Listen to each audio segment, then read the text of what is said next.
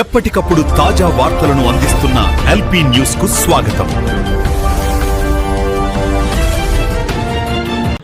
నమస్కారం సార్, నా పేరు నిగుర్తి సరిత, మాది రేగుంట గ్రామం.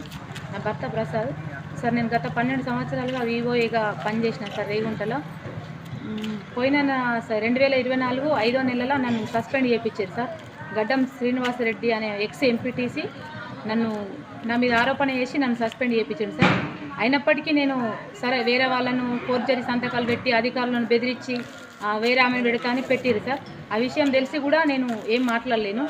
ఇప్పుడు సంవత్సరంన్నర అయిన తర్వాత కూడా మహిళలందరూ మాకు లోన్లు కావాలి, మాకు సరితనే కావాలి అని చెప్పి వాళ్ళందరూ నాకు మద్దతుగా వస్తూ ఉంటే, మీరు ఆమెతో ఎందుకు మద్దతు ఇస్తుర్రు, ఆమెతో మీరు ఎందుకు పోతుండ్రు అని వాళ్ళ భర్తలకు వాళ్ళ కొడుకులకు ఫోన్లు చేసుకుంటూ వేరే ఆమెను పెడదాము, ఆమెను తీసేద్దాము అనే ప్రయత్నాలు చేస్తున్నారు సార్.